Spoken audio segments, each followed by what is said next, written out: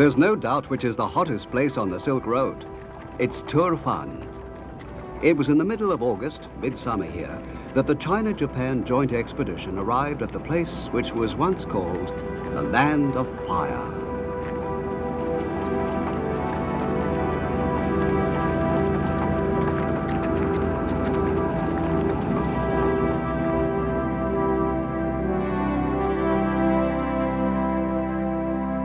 The Turfan Basin is near the beginning of the South Tien Shan section of the Silk Road, which lies between the Tien Shan Mountains and the Taklamakan Desert, right across the middle of the Western lands.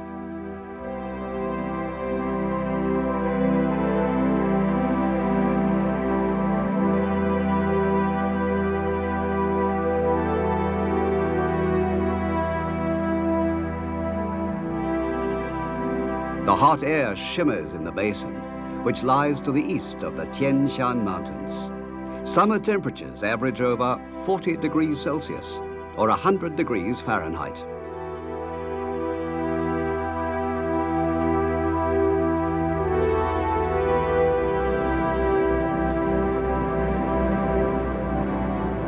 We were headed for Lake Aydin, which is near the lowest part of the basin. Next to the Dead Sea in the Middle East, Lake Aydin is the lowest place in the world.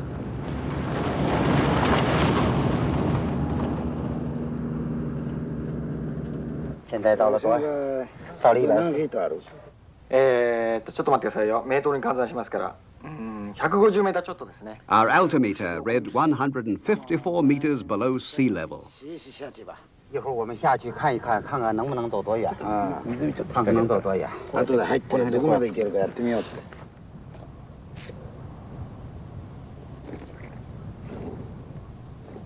But all there was to see was what looked like a vast expanse of flat sand. Apparently, the huge lake had completely dried up.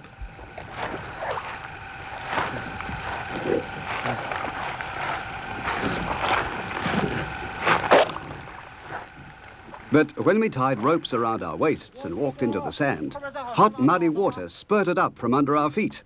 It was a lake after all.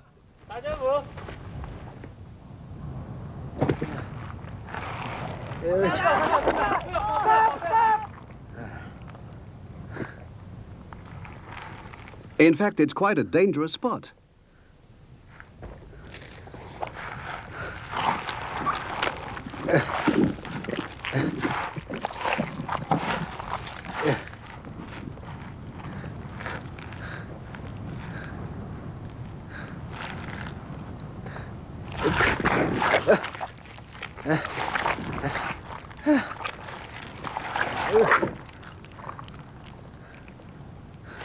But no matter how much you exert yourself, you can never feel any sweat. As soon as it appears on your skin, it evaporates.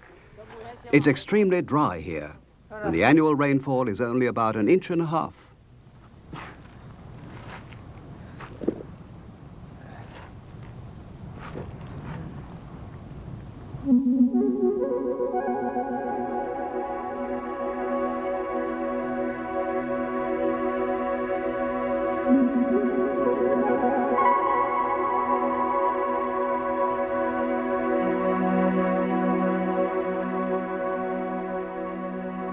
Turfan used to be an important junction between two sections of the Silk Road that passed south and north of the Tien Shan Mountains. And today it's still important for the same reason.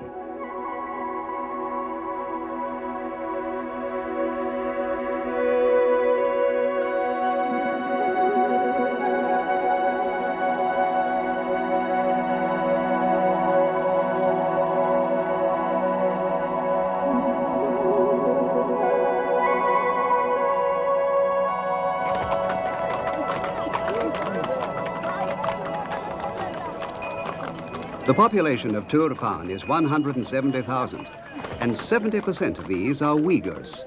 They're descended from nomads who once wandered the Mongolian steppes.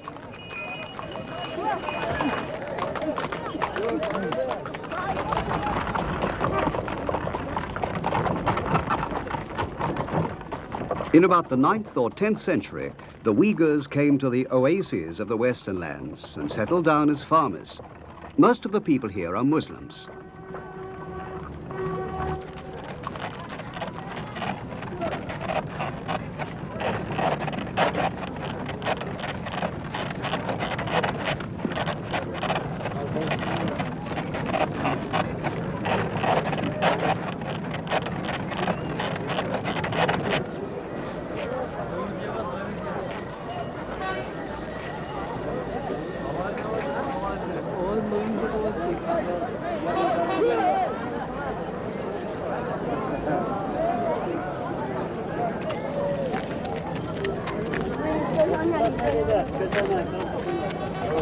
前面照着，你前面照，把下来。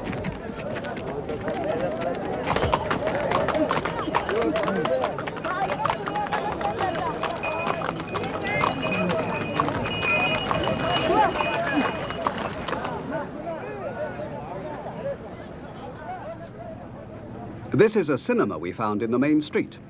Plays and films are about the only forms of entertainment available in Turfan. Going inside, we saw there was no roof.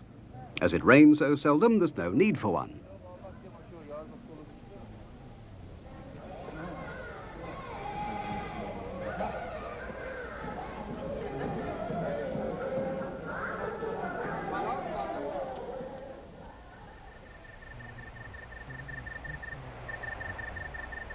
Even at night time, the temperature never falls below about 30 degrees Celsius or 80 degrees Fahrenheit.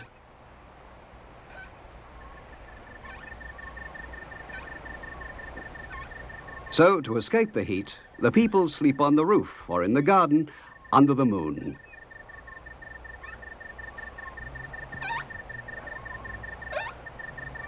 They've lived the same sort of open-air life ever since they first left off being nomads.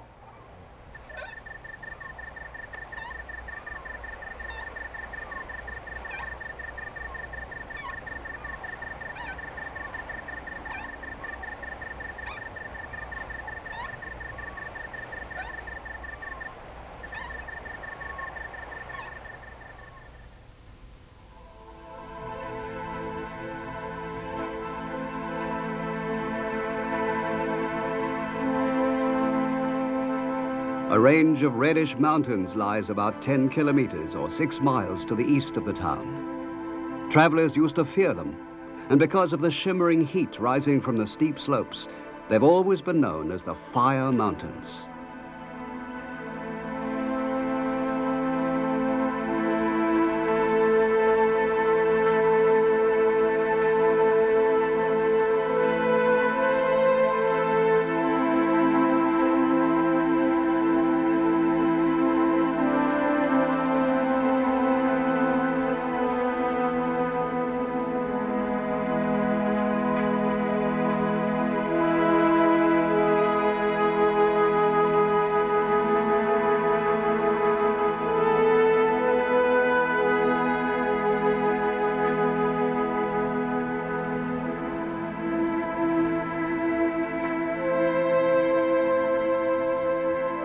When the mountains begin to shimmer, the ground temperature is already an incredible 80 degrees Celsius or 150 degrees Fahrenheit. No one ever tries to climb them.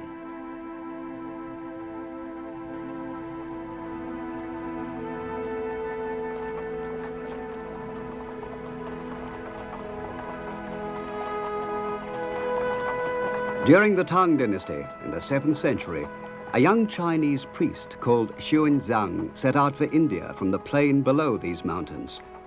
In those days, it was forbidden for Chinese to travel outside China. So Xuanzang came quietly from Chang'an, the capital, and 6 months later, he was here.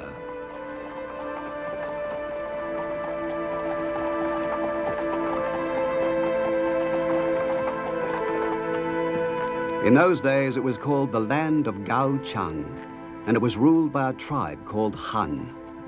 Here, at what was once the capital of Gaochang, we can see signs of the prosperity of the time 1,300 years ago, when Xuanzang arrived after his exhausting journey from the capital.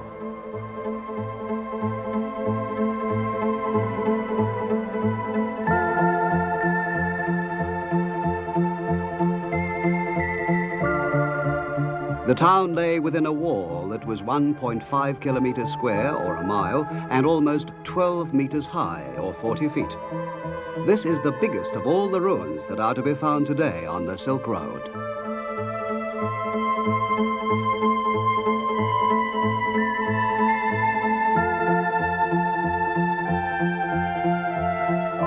Before the birth of Christ, Turfan Oasis was used by early Chinese emperors as a base for their invasion of the Western lands. Later, when China was distracted by the civil wars of the 5th century AD, the land of Gaochang became an independent kingdom. It was a Buddhist country, far away from metropolitan China. And still today, within the ruins of the castle, you can see a stupa or primitive pagoda and the ruins of a temple with a staircase in it. But in those days, there were not only Buddhist temples here in Gaoqiang, but also temples of Zoroastrians, the Manichees, the Nestorian Christians, and so on. These religions had all come from the West and must have seemed very strange and exotic to the people. By the 7th century, when Xuanzang arrived, Gaoqiang was at the height of its prosperity.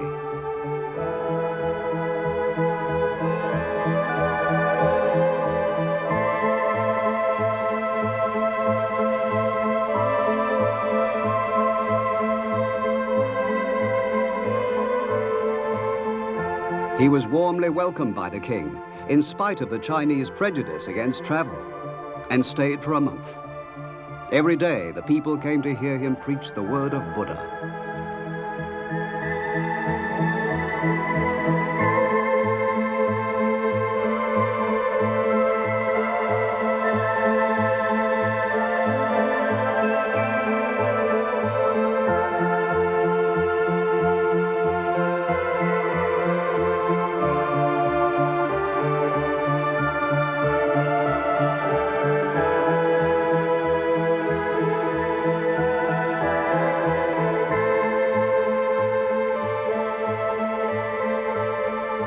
But even though Xuanzang was only a young man of 27, he had no time for wondering at strange religions.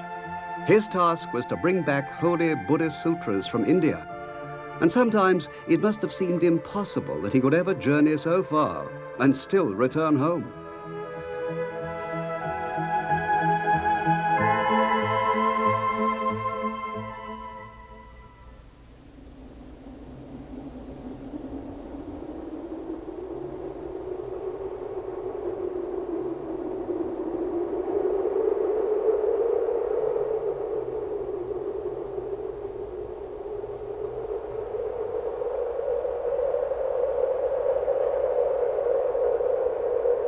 "13 years after he had left Turfan for India, he passed through again on his way home. But the old land of Gaoqiang was no more. The great Chinese army had invaded because the Tang Emperor feared that this distant country would try to control and profit from the traffic on the Silk Road.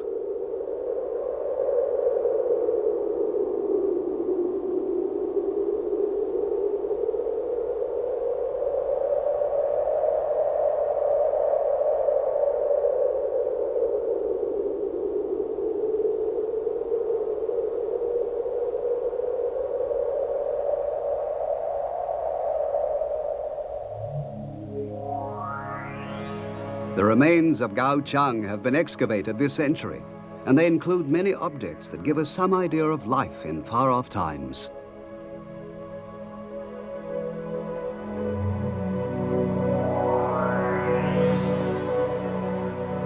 This figure of an official has a truly terrifying face.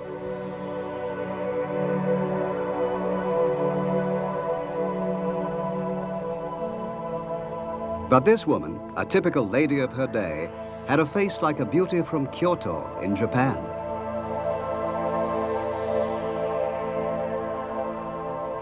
Merchants from the western lands with prominent noses must have been common sights in the town.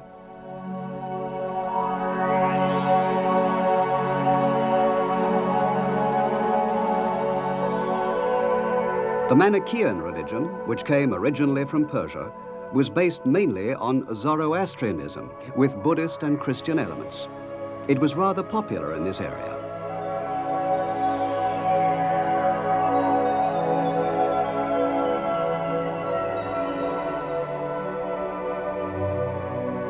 There were also Nestorian Christian missionaries escaping from persecution in the West. Their faces are like those of Turks, but their clothes look more local.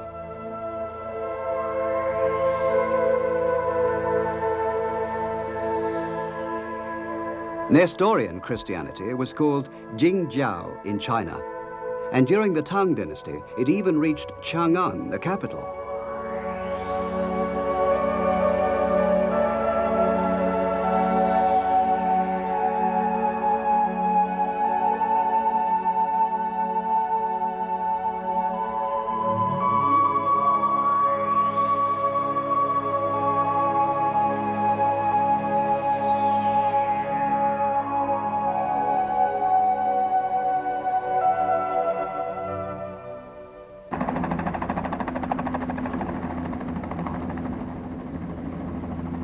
The western part of the Turfan basin was protected by Jiaohe Castle. Seen from an aeroplane, it looks like an ocean liner on land. It's a natural fortress carved out of the rock at the top of a cliff. It's 300 meters wide, or 1,000 feet, and more than 1.5 kilometers long, or a mile.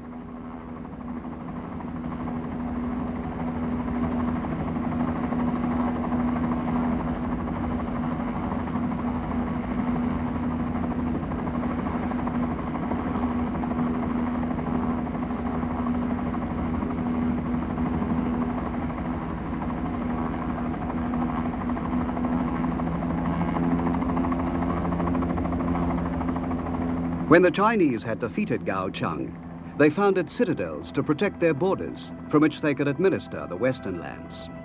In Tang, China, a castle was more like a walled city. This castle had a court and a temple to the north inside, government offices in the middle, and the ordinary people's houses were in the southern part.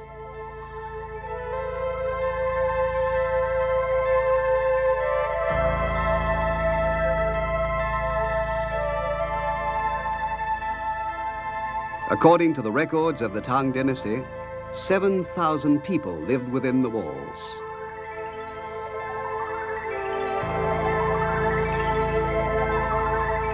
The ruins of the many buildings that once lay within this castle show today as differently colored strata. The castle was built by digging into the living rock. The people of those days carved their castle out of a mountain, just as they carved Buddhist images on the walls of caves.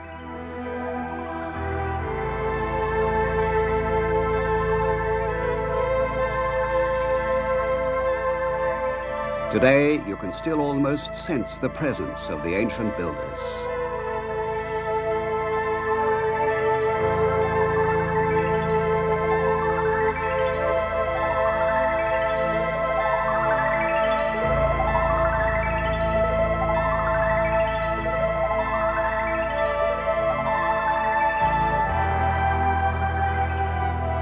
This was the southern sector of the city where most of the people lived.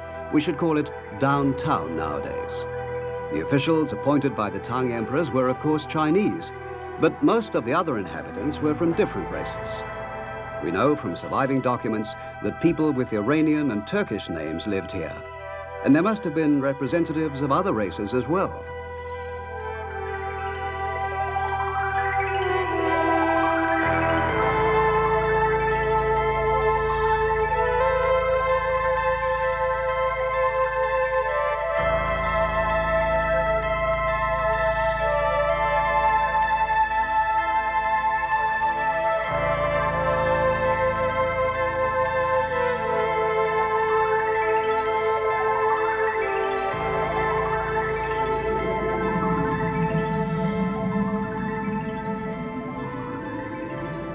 Here, the people who lived more than 1,000 years ago seem still to be alive.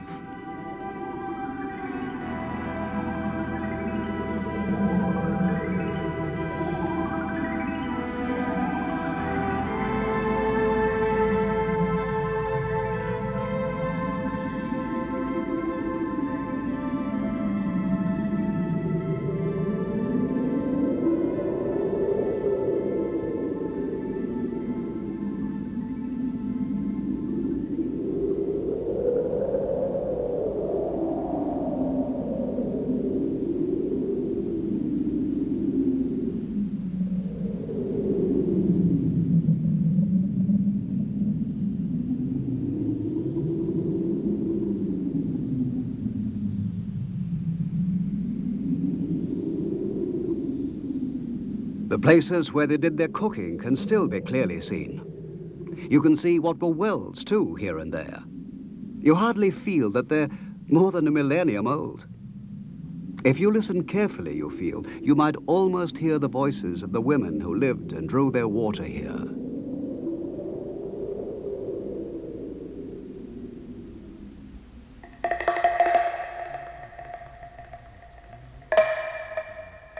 This is a picture of a farmer's life that's been excavated in Turfan.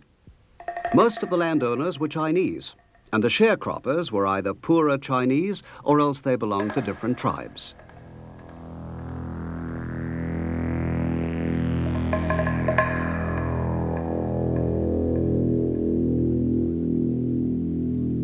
According to the records, sharecroppers had to pay taxes every year, whatever their crop was like. If they rented a vineyard, they paid in wine. If they cultivated mulberry trees, in silk. And if they were hired laborers, they paid in firewood or millet.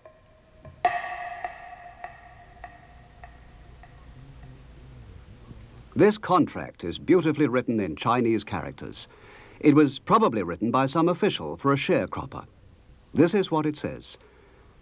I will cultivate rice and barley on the land I have received. I will pay the tax after the harvest in the autumn. And if I can't pay, I will offer my wife and children as compensation. In those days, even a 10-year-old child was a useful worker.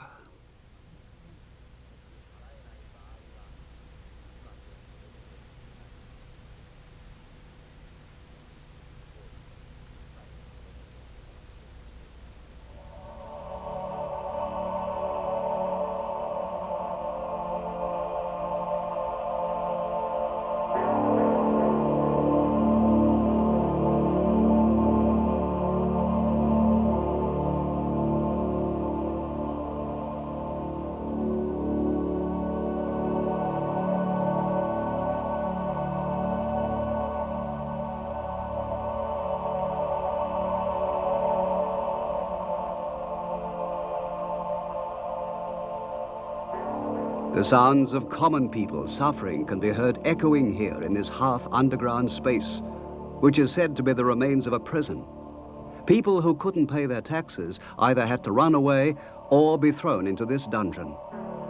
A list of people who had tried to escape has been excavated here. When the Tang dynasty collapsed at the beginning of the 10th century, several tribes fought over this region. Then, after about 50 years, the Uyghurs finally established an empire here.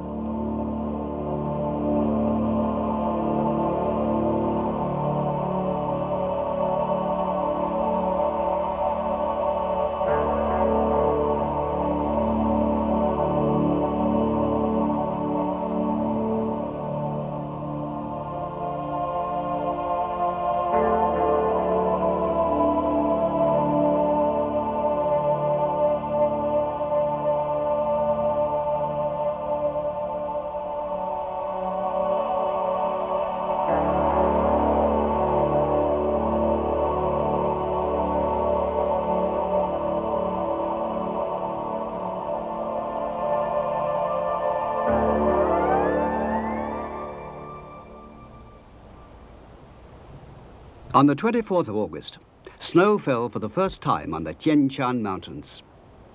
Time passes, and the people change.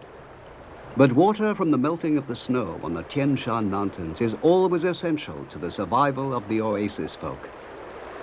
This canal took 15 years to build.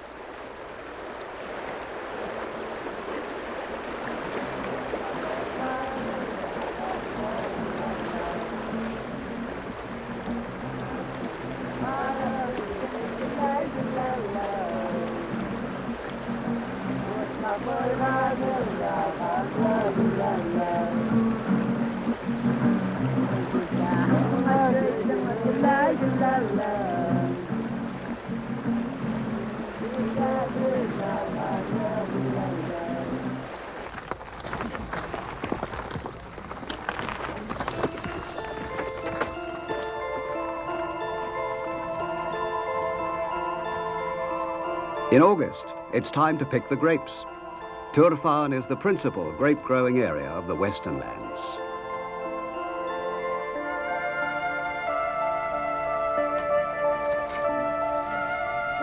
You can see many racial types among the women who pick the grapes.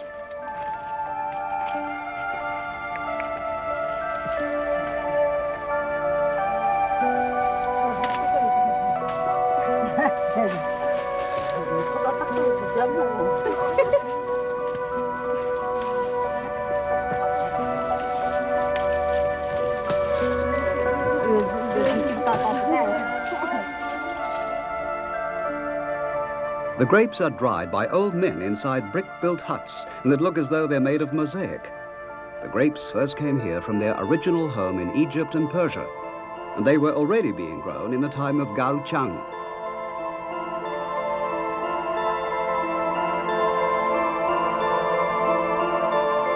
Even during the Tang dynasty, wine and grapes from Turfan graced the tables of Chang'an, the Chinese capital.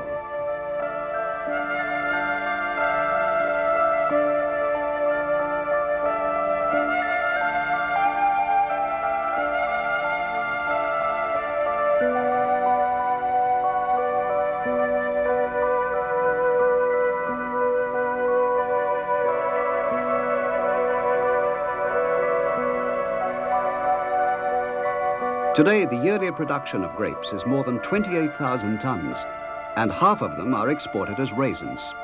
Here, they'll dry for a month.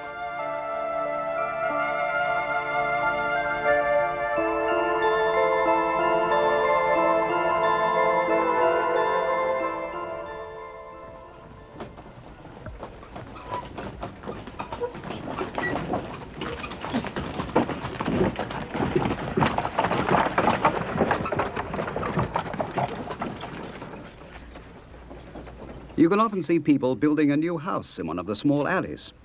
During the summer season, the entire family, including children, help to build themselves a new home.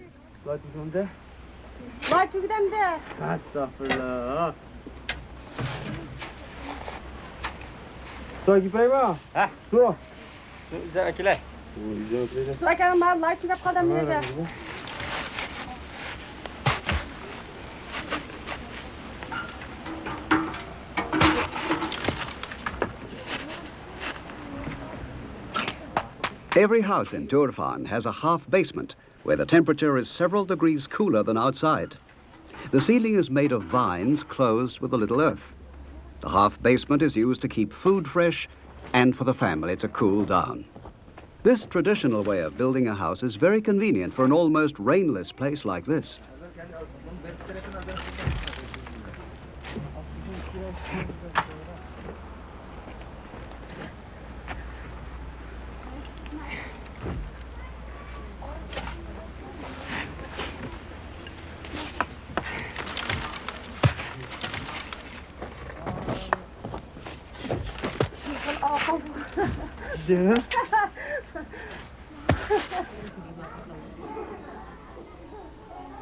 At 2 o'clock in the afternoon, everybody takes a siesta, and the whole oasis is silent for a little while.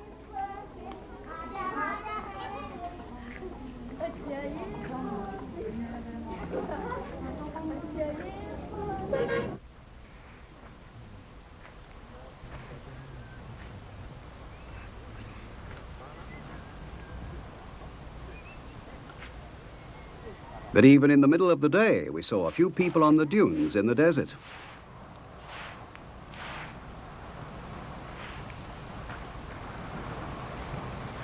Inside tiny tents, old people sit with their feet buried in the hot sand.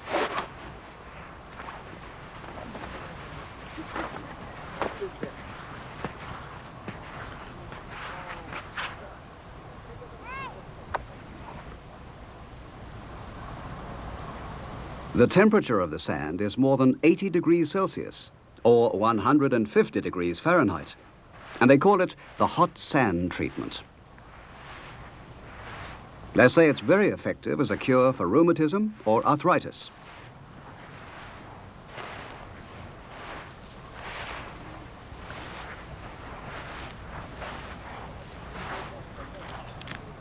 The Uyghurs consider the sand as a friend, and these old men will sit with their feet in the sand until dusk.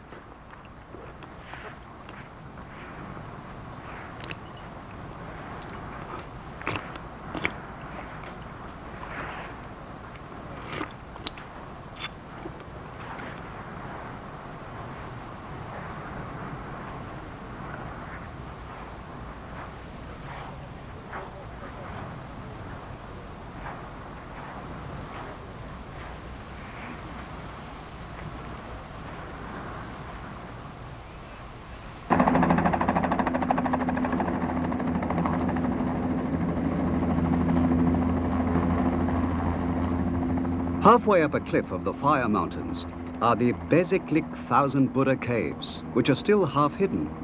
These caves flourished during the Tang dynasty and later to the period of the Uyghur Empire. In the Uyghur language, Bezeklik means a place that is beautifully decorated.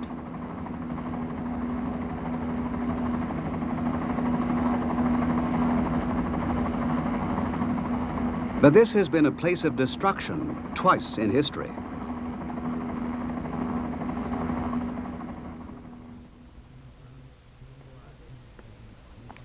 The first destruction was by Muslims when they invaded the Western lands at the beginning of the 11th century. And the second was by foreign explorers from many different countries at the beginning of the 20th century. On both occasions, the Thousand Buddha Caves were despoiled.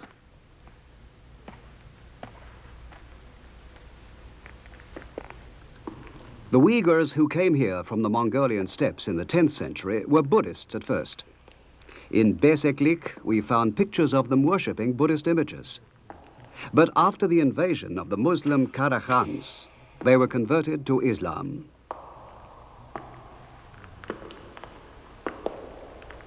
The Islamic religion totally rejects all images. Worse, a superstition arose that people would be cursed if they were looked at by a heathen image. They believed that to avoid the curse, you had to destroy the eyes of the image. So most of the Buddhist images in Bezeklik were defaced.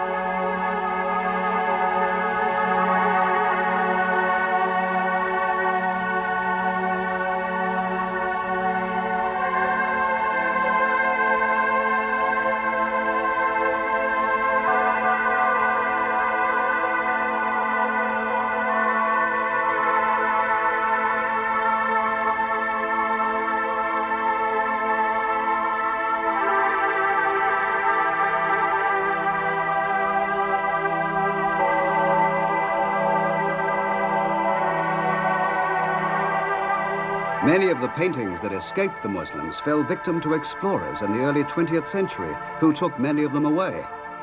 They left marks on the walls that looked like peeled skin.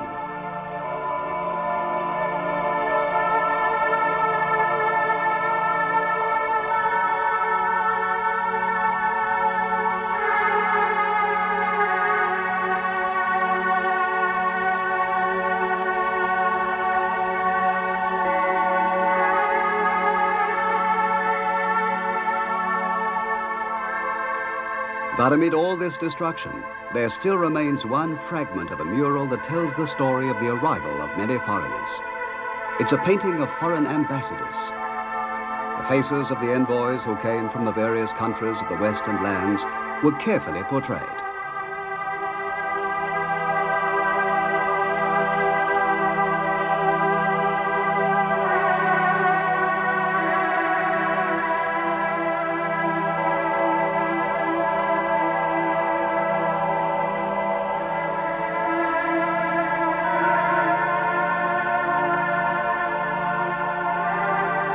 The man with the big eyes came from Burma.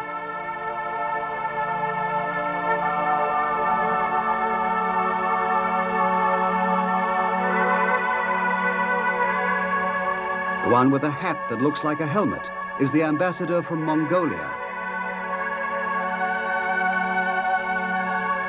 And the man with a turban round his head is an Arab. And there can be no doubt that all these foreigners who came to Turfan from distant countries brought elements of their own cultures with them.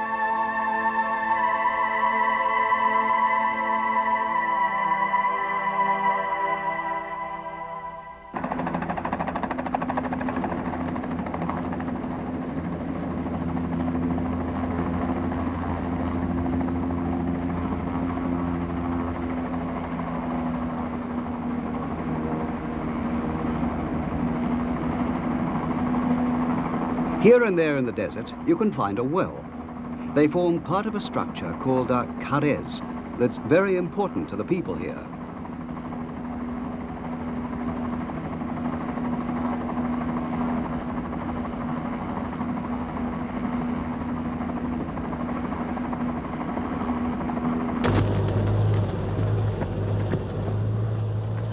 Carrez is the name for an underground water system that's been created by connecting a series of wells by tunnels to the foothills of the Tian Shan Mountains.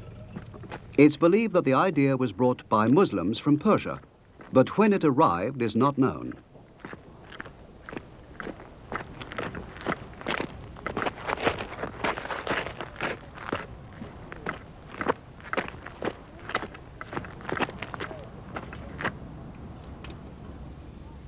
We saw people working on a carrez in the middle of the desert. They were a team responsible for keeping them clear of sand, which would otherwise block the channels.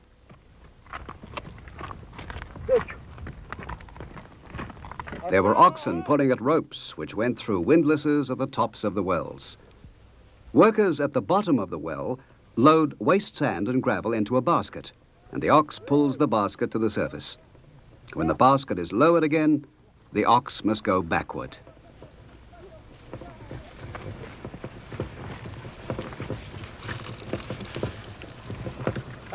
Stop! Hey! When the carrez was first built many years ago, they used the same method which has been passed down from father to son.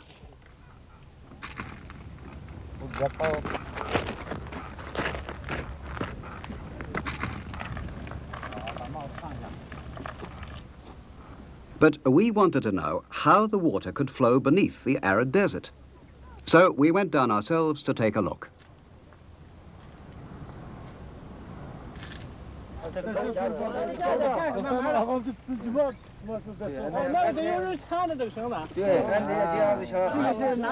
First was the Chinese cameraman.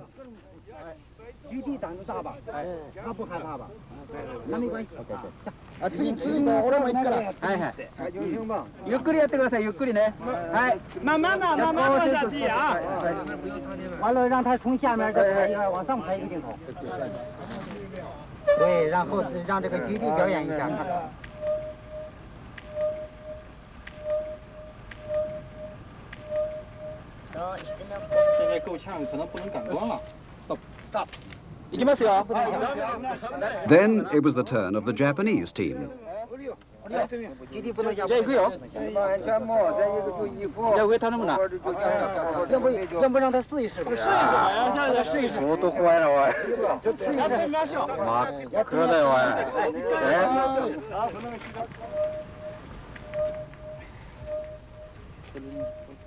The wells are about 30 meters deep, or 100 feet, and their walls are plain earth.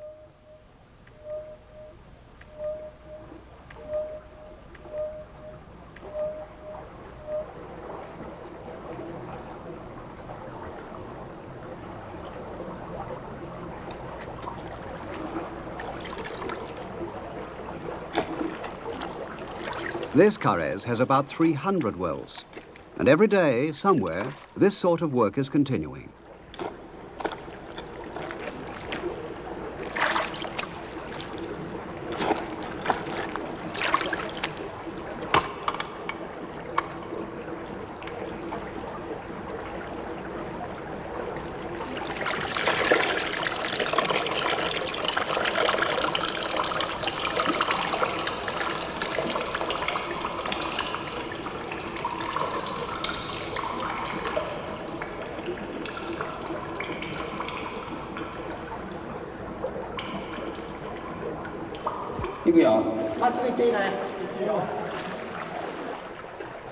We decided to walk along the underground waterway until we reached the point where it emerges.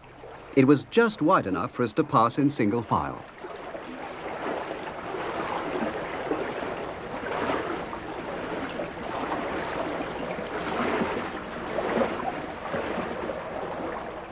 Inside the carrez, the temperature is only about 20 degrees Celsius, or 65 degrees Fahrenheit, but the water flowing underfoot is so cold that it feels almost painful. After the heat and dryness on the surface, it was a different world.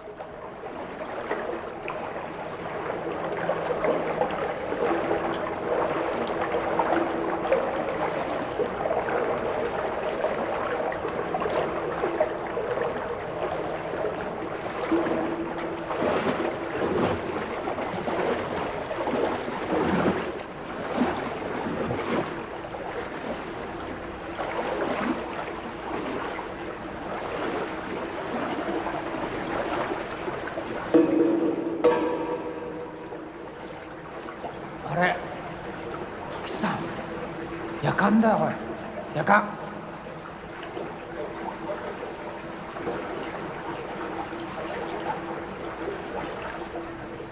It must have been marvelous when people were traveling through the desert to come to a place where you could find ice-cold water.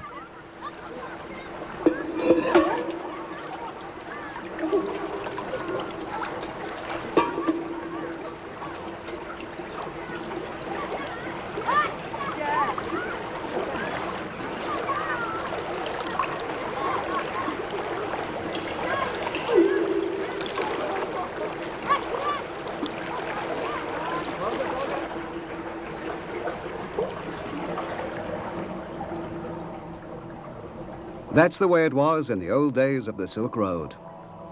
But why did they take so much trouble to build the waterways underground? Well, water flowing on the surface would either be absorbed by the sand or it would evaporate in the heat. In the days when surface canals were still very primitive, it was better to dig one underground.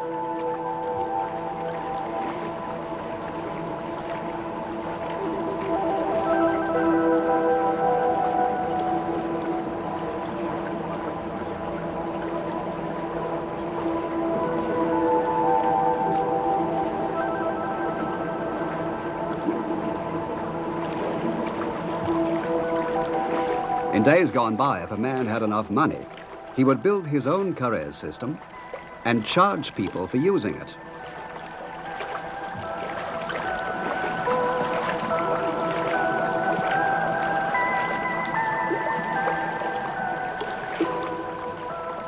But today, the system is operated by the People's Corporation. And even though surface canals have become much more efficient, many people use the good quality water from the carriers.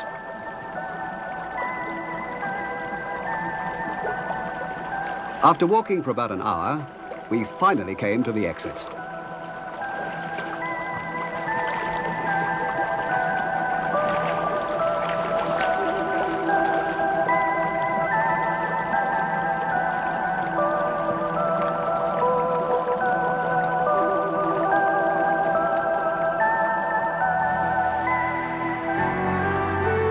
The water from this carriage freshens a tree-lined street through the oasis.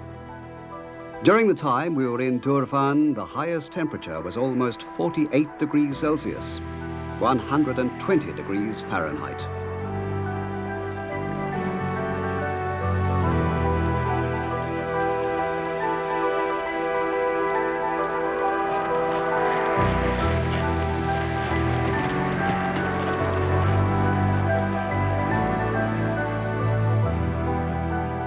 Even in September, the heat showed no sign of letting up. In the old days, people would wait until after sunset before setting out on a journey.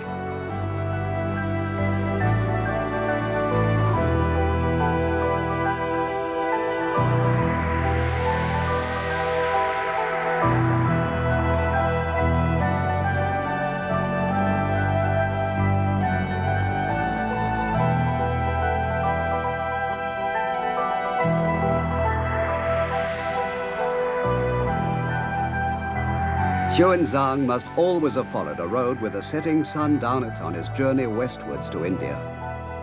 For the Chinese people, the West had a fascination of its own. It was the same whether they were merchants or Buddhist priests. They set out with hope in their hearts, hope that they could find something precious in a faraway country.